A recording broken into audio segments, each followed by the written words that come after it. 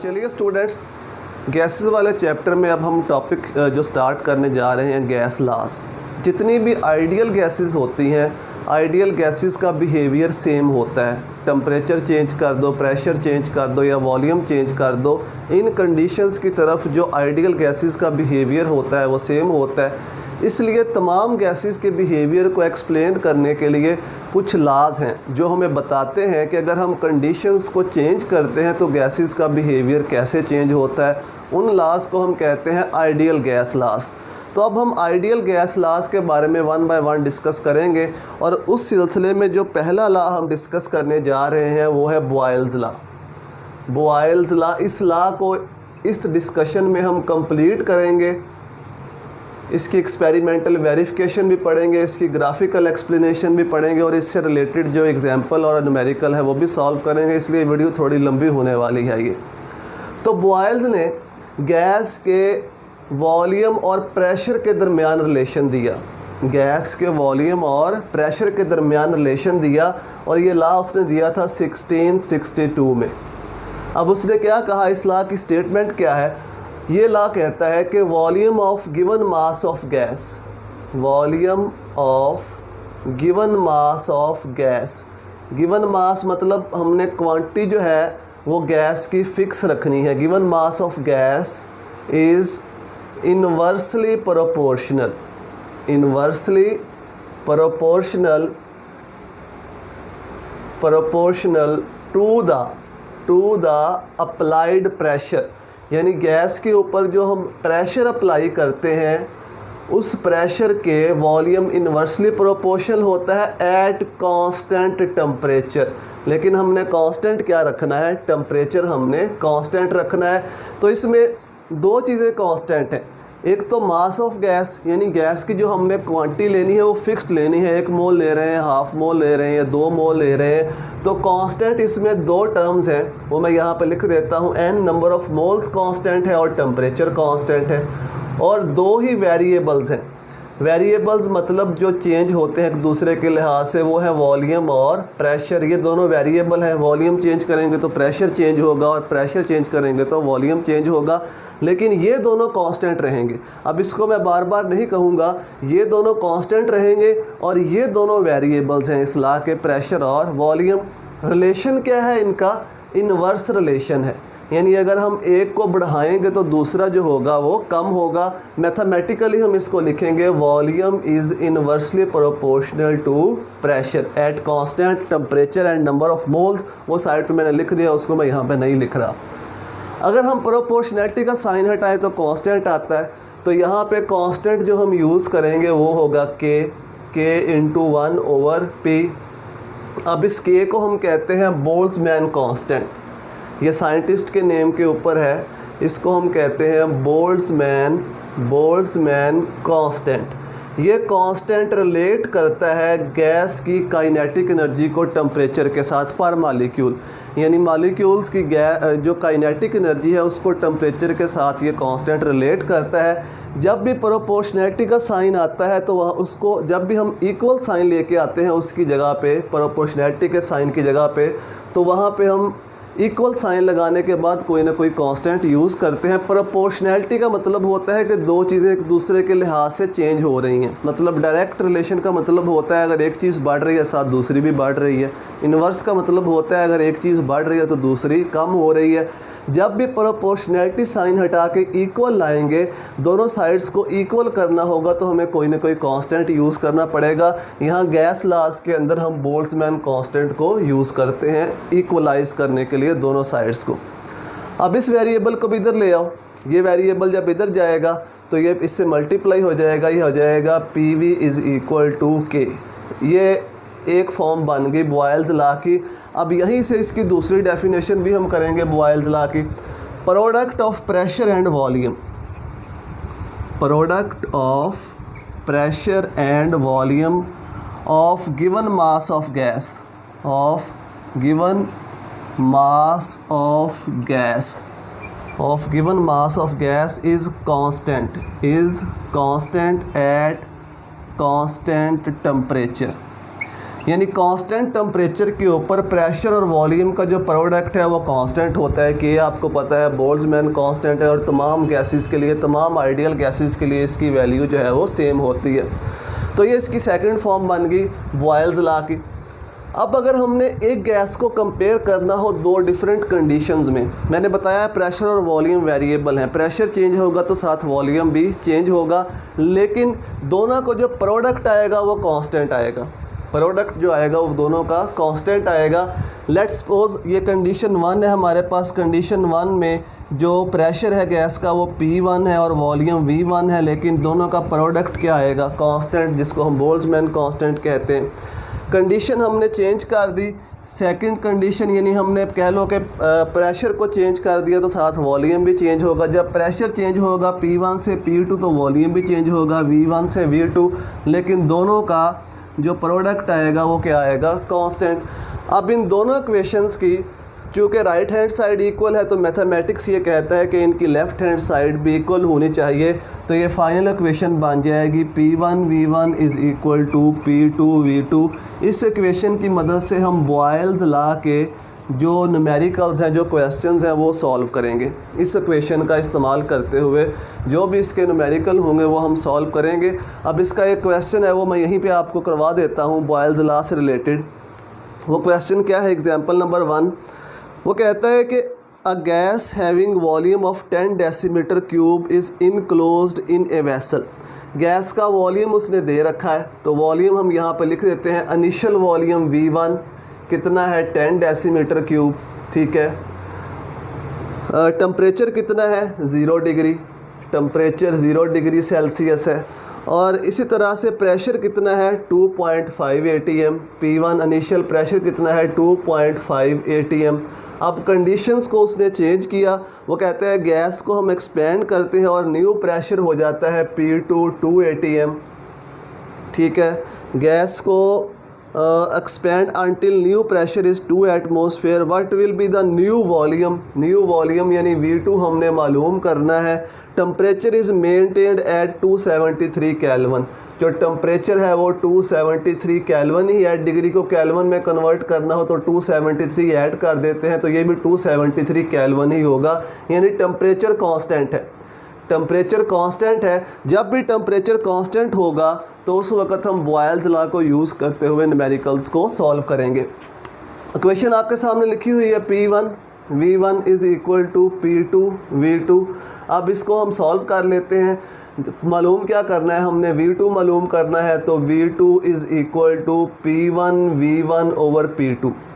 इसको इधर ले आओ, मल्टीप्लाई हो रहा है, इधर आके ये डिवाइड हो जाएगा। वैल्यूज़ पुट कर दो। V2 P1 की वैल्यू कितनी है? 2.5 atm, यहाँ पे पुट कर दो। V1 की वैल्यू कितनी है? 10 डेसीमीटर क्यूब, यहाँ पे पुट कर दो। ओवर P2 की वैल्यू कितनी है? 2 atm, यहाँ पे पुट कर दो। ये ATM से ATM कैंसिल हो जाएगा, बाकी आंसर आ जाएगा ये हमारे पास 12.5 डेसीमीटर क्यूब। 12.5 decimetre cube.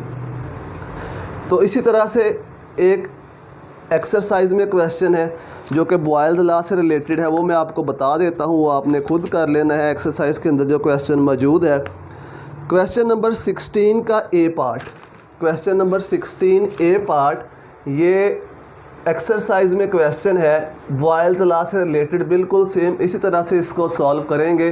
तो ये आपने खुद इसको सॉल्व करके देखना है। छोटा सा क्वेश्चन है जिस तरह ये वाला हमने सॉल्व किया है। तो चलिए अब इसके बाद हम इसकी एक्सपेरिमेंटल वेरिफिकेशन और जो इसकी ग्राफिकल एक्सप्लेनेशन है उसको भी देखते हैं कैसे करते हैं। अब हम बॉयल्स लॉ को एक्सपेरिमेंटल उसकी वेरिफिकेशन देखते हैं कि उसको एक्सपेरिमेंटली कैसे वेरीफाई किया जाता है।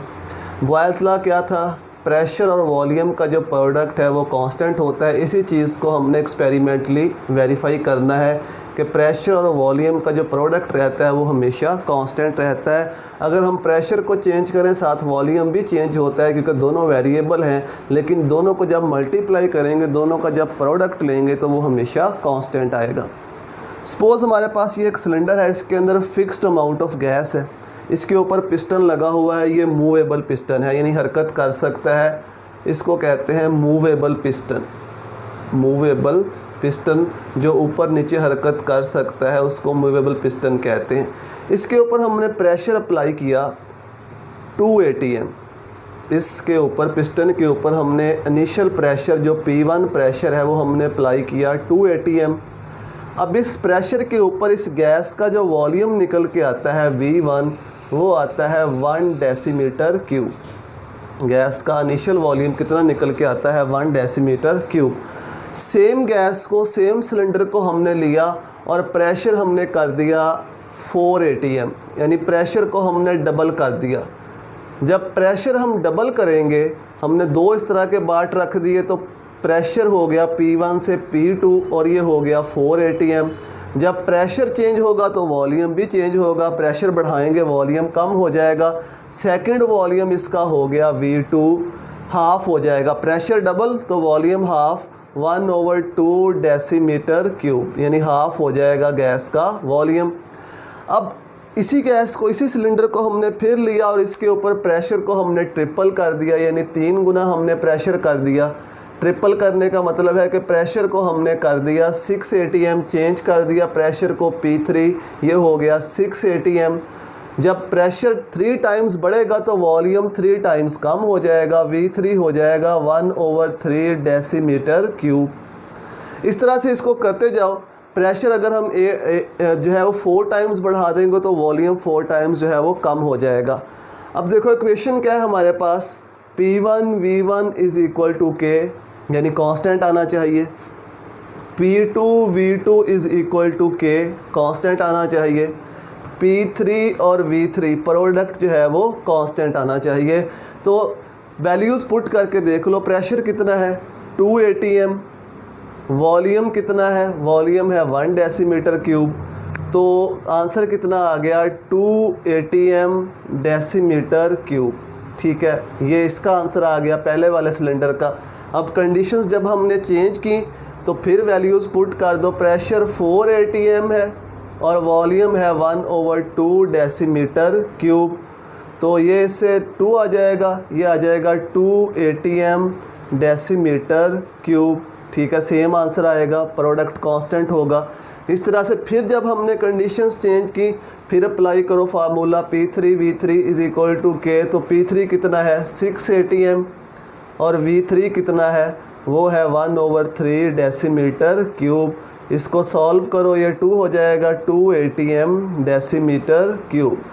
तो प्रेशर और वॉल्यूम का प्रोडक्ट जो है वो कांस्टेंट रहना चाहिए आइडियल गैस के लिए, प्रोवाइडेड दैट के नंबर ऑफ मोल्स यानी मास ऑफ गैस भी कांस्टेंट हो और टेम्परेचर भी कांस्टेंट हो। तो इस तरीके से इस लॉ को हम एक्सपेरिमेंटली वेरीफाई कर सकते हैं। बॉयल्स लॉ की ग्राफिकल एक्सप्लेनेशन देख लेते हैं। 3 किस्म के हम ग्राफ ड्रा करेंगे। लेट अस सपोज हमारे पास फिक्स्ड वॉल्यूम ऑफ गैस है किसी सिलेंडर के अंदर और जो टेम्परेचर है वो भी कांस्टेंट है। तो टेम्परेचर को कांस्टेंट रखते हुए हम प्रेशर और वॉल्यूम के डिफरेंट वैल्यूज़ के लिए 3 मुख्तलिफ़ किस्म के ग्राफ ड्रा करेंगे बॉयल्स लॉ के लिए। तो सबसे पहला ग्राफ जो हम ड्रा करेंगे वो होगा प्रेशर वर्सेस वॉल्यूम। प्रेशर और वॉल्यूम के वर्सेस हम ग्राफ ड्रा करेंगे। ग्राफ ड्रा करने के लिए आपको पता है हमारे पास 2 एक्सिस होते हैं, एक को हम कहते हैं एक्स एक्सिस और दूसरे को हम कहते हैं वाई एक्सिस। अब मैथमेटिक्स में 2 किस्म के वेरिएबल्स होते हैं, एक होता है इंडिपेंडेंट वेरिएबल और एक होता है डिपेंडेंट वेरिएबल। इसको आप समझ लो जैसे टाइम है, टाइम एक इंडिपेंडेंट वेरिएबल है। जो भी चीज़ चेंज होती है वो टाइम के साथ साथ चेंज होते हैं, यानी टाइम के ऊपर वो डिपेंड करती है। हम कितना पढ़ते हैं, हम कितना खाते हैं, हम कितना सोते हैं, ये सब किसके ऊपर डिपेंड करता है, टाइम के ऊपर। तो टाइम एक इंडिपेंडेंट वेरिएबल है, लेकिन जो हमारा पढ़ना है, जो सोना है, वो डिपेंड करता है टाइम के ऊपर। इसी तरह से जो टेम्परेचर होता है ये मोस्ट ऑफ़ द टाइम्स ये भी एक इंडिपेंडेंट वेरिएबल होता है। और ग्राफ ड्रा करते वक्त जब हम इंडिपेंडेंट वेरिएबल को लेते हैं तो यूजली हम इंडिपेंडेंट वेरिएबल को अलॉन्ग एक्स एक्सिस लेते हैं, यानी उसको चेंज करके हम देखते हैं कि दूसरी वैल्यू के ऊपर क्या अफेक्ट होता है उसका। जो इंडिपेंडेंट वेरिएबल होता है उसको एक्स एक्सिस के अलॉन्ग लिया जाता है, जो डिपेंडेंट होता है उसको वाई एक्सिस के अलॉन्ग। अब प्रेशर और वॉल्यूम ये दोनों डिपेंडेंट हैं, प्रेशर वॉल्यूम पे डिपेंड करता है, वॉल्यूम प्रेशर पे डिपेंड करता है। किसी को भी हम एक्स एक्सिस के ऊपर ले सकते हैं। अगर हम ये देखना चाहते हैं कि प्रेशर को चेंज करने से वॉल्यूम के ऊपर क्या इफेक्ट होगा, तो प्रेशर को लेंगे हम एक्स एक्सिस के ऊपर, प्रेशर को चेंज करेंगे, देखेंगे वॉल्यूम के ऊपर क्या इफेक्ट होगा।